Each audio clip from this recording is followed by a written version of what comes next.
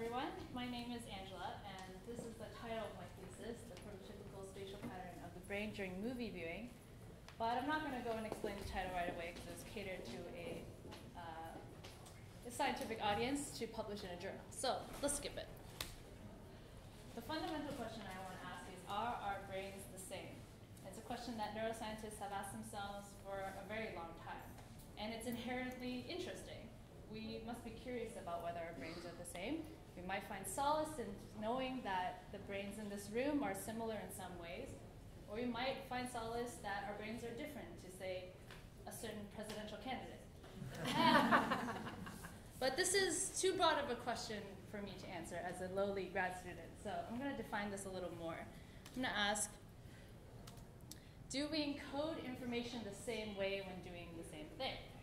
Now I've gotten a little bit more defined. I might be able to answer this, but since I work in a vision lab, well, I'm going to cater this to the visual system. I'm going to ask, do we encode visual information the same way when watching a movie?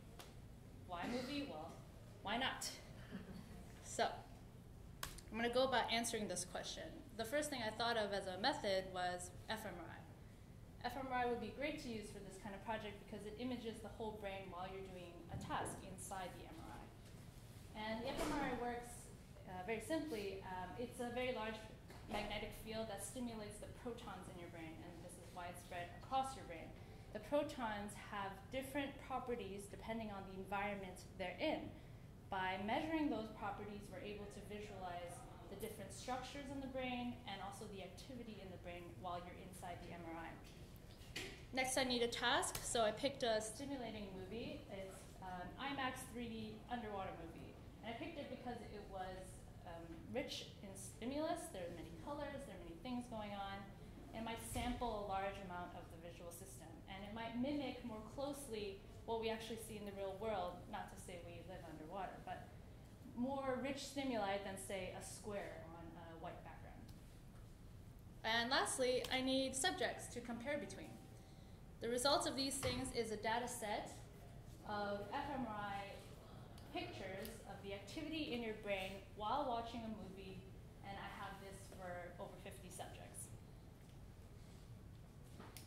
Now comes the analysis. So before I talk about how I've analyzed this data, I want to quickly mention two terms I'll be talking about a lot.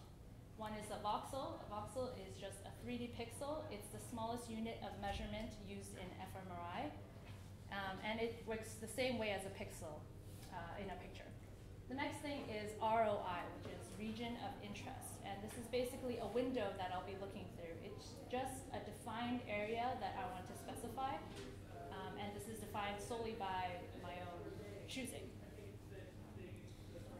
So the first thing I did was I chose an ROI on the brain, a small window to look through. And I looked at the pattern of activity in the voxels in that ROI in one subject.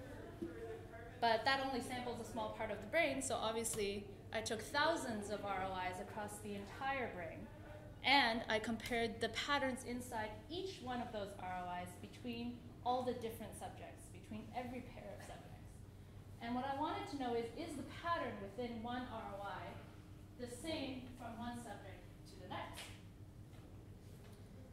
The first thing I did was visualize this alongside the movie. And so as you see, as the movie's changing, as things are going on, your brain has activity in different areas. And what I want to know is this pattern the same? And so I did a lot of statistics that took a lot of time, and I've come up with this. So you're looking at one hemisphere of the brain, only one half of it, the left to be precise. And this is all three views of the same brain. And the colors show areas in which the pattern in that area was the same between different subjects. And so the green areas are a little less similar, but the red areas are very similar. And so in the visual cortex, you see a lot of higher similarity between different people. But the areas cover a lot of parts of the brain, even outside of the visual cortex, which is really interesting. Now you may be asking, cool, so what? Well, one thing is, if I know that these patterns are very similar between people when watching the same movie, then we know that it must be ingrained.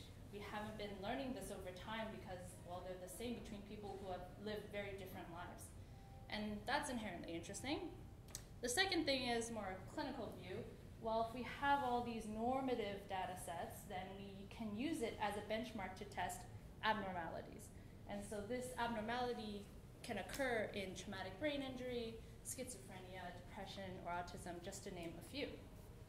And then lastly, it just brings us one step closer to answering whether our brains really are the same.